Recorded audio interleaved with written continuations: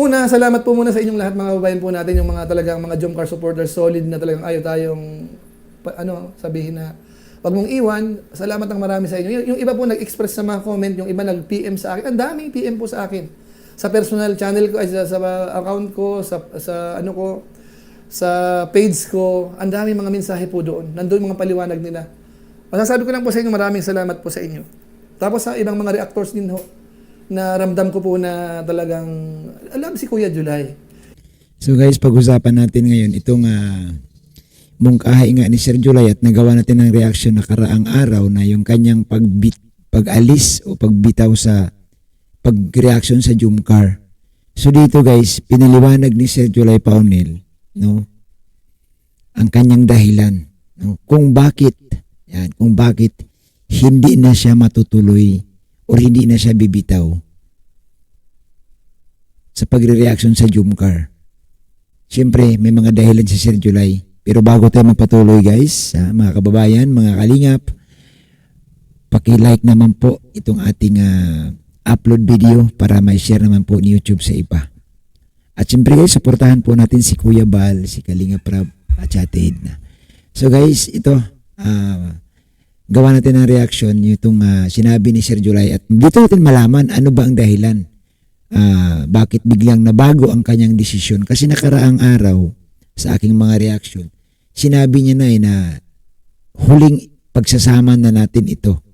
So dito nagkaroon po ng twist, parang tika lang, biglang nabago. So sino? No? Sino ang mga taong nakakapagpapigil kay Sir July Paunil na bitawan na po ang Jomcar? So guys, tuloy natin. Yung iba naman, kunwari love, pero may mga sundot-sundot. Alam din po natin yun. Salamat pa rin po sa inyo. Ano po. Ngayon, ang masasabi ko lang po, kung si Kuya July po ba ayaw, hindi na magre-reaction sa sa Jomcar. Sa totoong usapan po talaga, bago ako nag-live po nung nakaraan, decided na po ako. So, di ba sinabi niya na decided na talaga siya. Ibig sabihin, talagang nakakapag-desisyon na siya na bibitaw na po siya or aalis na siya sa pagre-reaction sa Jomcar. Stop na, kaya nga ibinuhos ko na po lahat Decided na ako. Kaso nga lang ho, nung nakita ko yung mga comment po ninyo, kaya nga po ako nagpa-press Doon po sa press po ninyo, 95% nagsasabi na mag-stay. Diba? Tapos nag-comment si Kalingap Rab na yun. Huwag kang aalis. Yun, nag-comment si Kalingap Rab na huwag kang aalis. Malaking factor yun Sa totoo lang guys, no, nakakahiyaman din na nag-comment na nga si Kalingap Rab tapos hindi ka pa makikinig. Diba? Anong sasabihin ni Kalingap Rab? Pinigilan na nga kita tapos hindi mo man lang ako pinansin. Di po ba? Tuloy. Okay. Tapos iba mga kasama kong reactors, ganun din. Tapos si kay Kuya Bal na, marami na Ako natandaan ko guys, sabi ko nga sa kay Sir July, di ba? Matandaan yung sinabi ko na, Sir July, hindi ko nagugustuhan yung tabas ng ano mo sino may sabi sa'yo nga alis ka? Kumbaga dinajoke ko si Sir July that time. Pero ako rin guys, siyempre, aalis ka. Ayaw ko rin mawala sa Jomcar. At saka, sayang ang views Di ba? Laki ng views ni Sir July sa Jomcar Sa tingin niyo ho ba, kung kayo lalagay sa lagay ko, aalis pa ba kayo?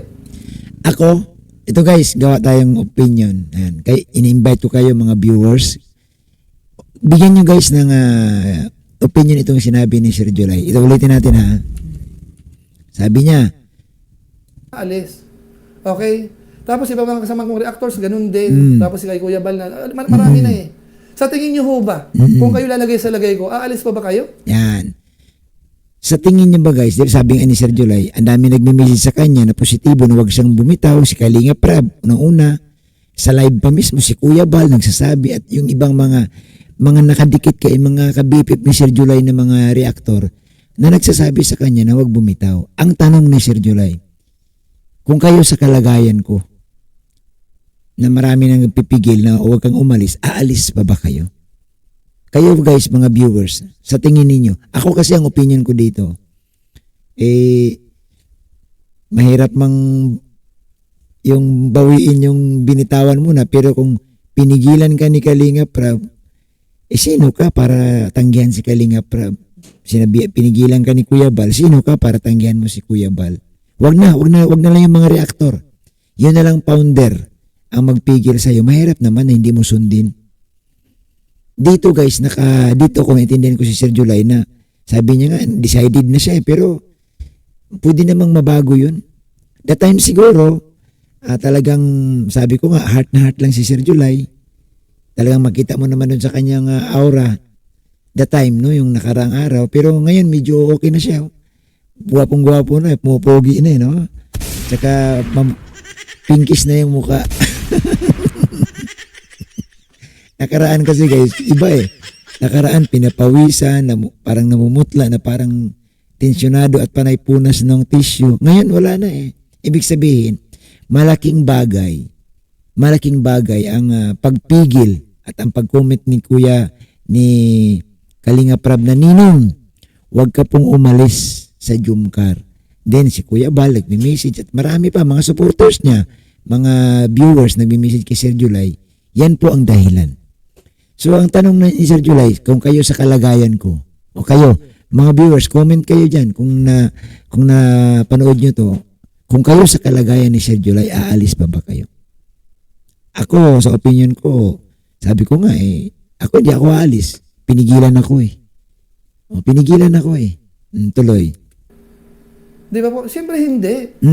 Saka sa totoong usapan ho, ang laki na rin po nang naitulong ng Jomcar sa channel ko. Iyon. Ito ang kagandahan guys kay Sir July. Inamin niya.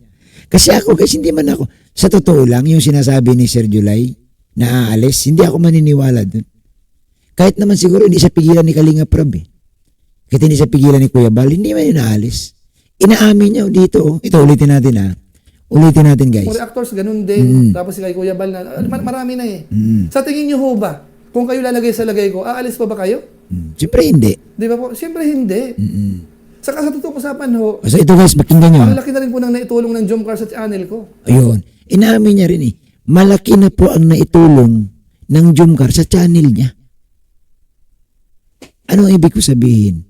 Ibig sabihin, pumaldo si Sir July dito at maliban dyan, yung pagtanaw ni Sir July ng utang na loob doon sa Jomcar. Kasi, aminado man talaga si Sir July. At ako din, nakikita ko naman sa mga views ni Sir July. Tingnan mo ngayon, live niya sa Jomcar, magkano 20,000 views? 4 na oras pa lang. Mahirap gawin yun kung hindi ka isang bigatin at isang sakalam na reaktor. Mahirap kunin yun yung 19,000, 20,000 in 4 hours. Si Sir July lang ang nakakagawa niyan. Tuloy. Di naman ho, ganun basta-basta na lang. Marunong daw akong tumanaw ng utang na loob, mga Yan ang sinasabi ko guys.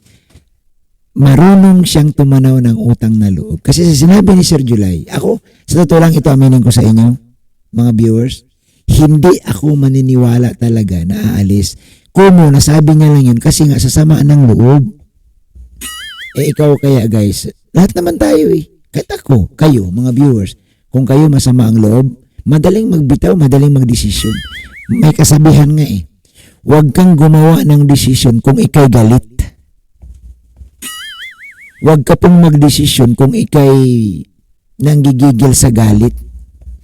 Huwag ka pong magdesisyon kung ikay masama ang loob. Madaling magdesisyon Pero, kapag may tao na magpapaliwanag sa'yo, kagaya nito, na-realize ni Sir July, tika lang, ang laki ng naitulong ng Jomcar sa channel ko. At sinasabi niya, hindi naman tayo ganun, di ba? Tumatanaw tayo ng utang na loob. Di po ba? So, dito guys, makitaan mo si Sir July Paunel talaga na pinahalagahan niya. Unang-una ang pagtulong sa kanya ng Jomcar. Pangalawa, pinahalagahan niya si Kalinga Prab, si Kuya Bal.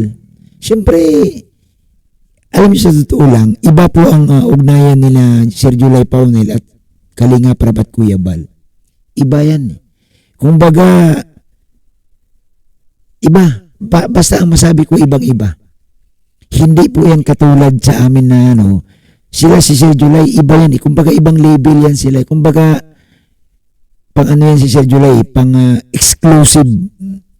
Kumbaga yung parang, di pansin ninyo, pag may mga activity si Kuya Bal na medyo critical, si Sir July ang kasama niyan, si Sir July ang kinakausap. Kasi kasama na si Sir July sa pundasyon na buo ng Kalingap. Kaya nga kinuha siyang ninong eh. Kaya nga, di ba, pinagkatiwalaan siya magiging ninong dahil, di ba, mahalaga siya sa Kalingap. Oh. At ako naniniwala ako guys, hindi mo yung papayagan ni Kuya Bal, ni Kalingap Rab. Kahit hindi nag-comment si Kalingap Rab, magme-message yun offline. Off-cam. Si Kuya Bal, magme-message yun sa kanya. O, wag kang umalis. Eh, normal lang yan. Baka tawanan ka lang ni Kuya Bal. Eh, tagal mo ng charity tagal mo ng reactor eh. Wala pa sila Bobby TV rito sa akin. Nandito ka na sa akin. Di ba? Ba't ka alis? O tuloy. Kabayan po natin. Kayo doon sagsasabi, gumagawa ako ng bagay na ikakabas ni Carla, imposible yun. Hindi ako makakalimutin. Hindi ako yung natulungan ng Kalingap, isang tulog lang nakalimot na, baser ako ng Kalingap. Hindi ako ganun. Hanggang ngayon, yung mga tumulong sa akin, kamukha ni Jabber Sniper, lagi ko po yun na pinasasalamatan. Minsan nag-uusap pa kami sa PM, private messages. Hindi ako makakalimutin. Ito pa kaya? Hindi, ang ano lang kasi, ang nababasa ko lang talaga guys, dito sa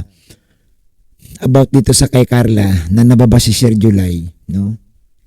Eh, yun nga, sabi nga nila, bakit daw idinaan pa sa live? At ang gusto nilang makuha talagang sagot guys, pangalanan ni Sir July, yung nagsusumbong. Anyway, next, gagawa natin ng reaction yan na doon sa mga dating tinatanong nila pangalanan mo na para alam namin. Yun ang gusto nila mangyari no? So, siyempre, si Sir July pinuputan. At ako guys, hindi man rin ako naniniwala na sisirain. Iba sa kagaya ng sabi ko doon sa nakarang reaction ko, hindi po ni Sir July kayang gawin na manira ng beneficiary ni Kalingap Rab. Ano na lang ang mukhang iharap ni Sir July Paunil kung sa inaanak niya si Kalingap Rab, di ba sabi ko nga, hindi. Alam mo sa totoo lang yung iba sasabihin, paninira ka ng mga beneficiary. Hindi, mahirap gawin yun kasi nga, napaka-close ni Sir July Paunil at saka ni Kalingap Rab. Ninong yan Ano ba ibig sabihin ng ninong? Pangalawang magulang. Ikaw ba, ginawa kang pangalawang magulang, sisirain mo yung anak mo? Siyempre hindi. Nagkaroon lang talaga guys, hindi pagkakaunawaan. Kasi ang gusto ng ibang mga supporters, abay, pangalanan mo na. Hindi pwede yung wala kang pinapangalanan tapos si Carla ang nababas. So, nagkakaroon ako ng problema doon nung masalimuot. Pero ako guys, nakikita ko, ang gusto lang talaga ni Sir July, magbigay lang po ng awareness talaga. Wala man siyang pinangalanan, pero hindi lang kasi magit talaga ng iba. Maunawaan mo rin yung iba yung solid supporters ng Jomcar.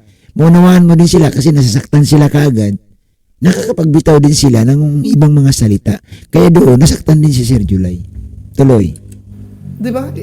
Yung Jomcar, isa sa pinakamaraming episode sa Kalingap ang Jomcar, may get 100 na. Halos lahat ng part 100 na naguna ko ng reaction doon. Bukod pa yun doon sa mga sino magre-report ng million views? Di ba? Kaya nga, hindi ako maniniwala nga alis.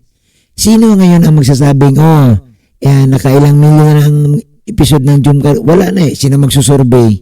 Wala na kung alis si Sir July sa Jomcar. O diba? At saka hindi man yan talaga papayagan. Hindi yan papayagan ni Kalingap Rab.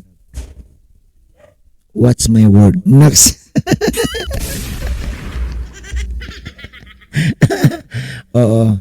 So, alam ko naman yun yung kay Sir July talaga. Bugso ng, yung kanyang desisyon, bugso ng damdamin. No? Kung sabi ko nga, kung malapit lang ako kay Sir July, aayain ko siyang mag-unwind Sir July, gusto mo, unwind tayo.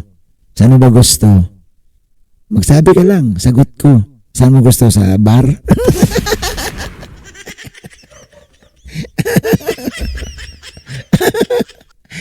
Ayain ko siya. Para naman guys, maiba yung kanyang, alam niyo totoo lang, pag ikay nababas, alam mo, naranasan ni Sir July, nadanas ko yan. Na bawat tingin mo sa comment section, grabing pambaba sa'yo. Danas ko yan. Kaya minsan sabi mo, parang gusto mong gusto mong magbitaw, gusto mong magpaalam na. Pero alam mo, dahil pala dyan sa pambabas, lalo kang titibay. Ako guys, naranasan ko yan. Tinan mo nga, ibabas ako, pagbintangan nila ako, laitin nila ako, go ahead. Go ahead. Alam ko na eh. Dito sa social media, kapag mahina dibdib mo, tibag ka. Tibag ka dito. Kapag madamdamin ka, pagsabihan ka lang kolektor, magnanakaw, kung ano-ano, iiyak ka. Bakit? Ha? Kilala ka ba nila? Hindi. So, yung nangyari kay Sir July Paunil, ano lang yun? Yung bugso ng damdamin, kaya nakapagsalita siya na baka ito na yung huli nating pagsasama, nakapag-decide na ako, hindi ako maniniwala doon kasi isaalang-alang mo din yung founder ng Kalingap eh. Isaalang-alang mo si Kalingap Prabs. Papayag ba yun? Marami ding mangungulit sa'yo. Maraming magsasabi sa'yo. At kung hindi mo pinakinggan si Kuya Bal at si Kalingap Prab, anong tawag dun? O, di ba? So, hindi pwedeng mangyari, hindi pwedeng paghiwalayin si Sir July Paunil sa Kalingap at sa mga beneficiary kasi isa si Sir July Paunil sa mga nagpapaliwanag. Di ba sabi niya nga eh, minsan nga si Kalingap Prab nakikisuyo na sa kanya na, Ninong, pakipaliwanag mo nga. Pansin nyo ba? Sa lahat ng reactor, saan niyo ba madalas makikita si Kalingap Prab? Saan niya madalas makikita? Di ba kay Sir July Paunil? Ano ibig sabihin nun? Trusted niya si Sir July Paunil. Oo. Kaya ako naintindihan ko man si Sir July. Kaya nga binibiro-biro ko lang siya eh. Sabi ko doon sa nakarang live ko, sino may pahintulot sa'yo na amalis ka? Oo. Tuloy natin guys. Malapit na matapos to eh. Meron din nagre-report. Pero alam ko, hinahanap nyo yung report ko. Di ba? Yung iba nga minsan nauna pa sa atin eh. Pero hinihintay nyo yung ginagawa ko. Kahit late. O di ba? Kaya ba ng konsensya ko yun? Hindi. Kaya hindi ako, sa malamang ano. Kasi wala pa namang re-reactionan ngayon eh. So, mali mo, may mga episode na susunod. Kaya ba nating tiisin yun na nakasanay mo ng 2 taon mahigit? Kaya yung sasabihin, tampururot si Kuya, pambira. Kung basing-basing lang, ba't ako maaapektuhan dyan? Ang channel ko po, baka sa buong Kalingap, ang channel ko ang pinakamatagal. Sa lahat ng may channel sa Kalingap, baka channel ko po ang pinakamatagal. Pakita ko sa inyo kung anong taon ko ginawa ang channel ko. Para hindi ako masanay sa bashers. Ang channel ko po ginawa, saan na ba yun? Ito.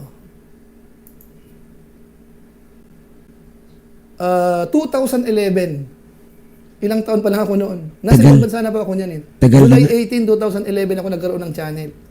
Bagamat hindi ko naman po inactivate ko po yun nung pandemic na eh. Ano po? Marami na ako na ano dito. Kung sa basing lang, sabi ko nga po sa inyo, yung isa sa content ko po na unang nagkakaroon ng views nung araw, religion. Matindi ba? Murahan po doon. Ako na po ang umayaw. Ako na po, sabi ko nahihila ako sa galit eh. Kahit ang control mo sa sarili mo, ito yung aral, ito yung sinabi ni Kristo, bla bla bla. Dahil napapasabak ka, hindi maiwasan, nahihila ka sa galit. Tinanggal ko lahat ng content na yun eh. Tinanggal ko yun, sinakripisyo ko yun. Kasi nung araw na yun, isa yun sa mga viral ko eh. Kaso nga lang, kapalit naman, murahan. Pati sa comment section, ang haba na ng comment, nagbumurahan. Masaya ka ba doon? Tinanggal ko yun. Ibang content naman, mga tutorials. Di ba? Sa channel natin, makita po yung mga unang upload ko, may tutorials. Tapos may mga reaction na po dyan, mga estimated earnings. Yan talaga noon pa yun, estimated earnings na yan. Diyan tayo rin na halos nakilala rin eh. Tinanggal ko na lang po yung mga amount eh. No? Kasi yung sweldo mismo ang hina-highlight ko eh. Hinuhulaan ko yun eh. Kaso nung nakita ko, parang unprofessional eh. I-reveal mo yung hindi naman sa'yo. Correct. So, nag-concentrate ako sa mga views na lang bilang ng subscribers at ibang mga data. Okay, so sana, baka naman may nalulungkot dito na si Kuya July ay hindi na tumuloy. Ay, yung isang gagalit yun. Yung nagsasabi na, kung alis na lang. Ba't ikaw magpapaalam pa? Yun ang hindi masaya. Sorry na lang. Diba eh, maraming supporters eh, wag daw akong umalis eh. Tapos si Kalingap Prab, wag daw umalis. Correct. So, guys, congrats no. Congrats natin si Sir July Paunil. Yan, at stay siya sa Jumcar. So, support natin guys, no? Lahat ng reaction ni Sir July, wag ho natin siyang ibabas, no? Siguro na nagkakaunawaan. Kunting kunting hinahon, kunting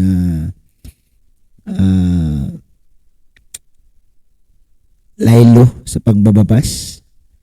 At maayos din naman yan ang lahat. So maraming salamat po sa inyo lahat at ito po ang ating reaction guys sa araw na ito.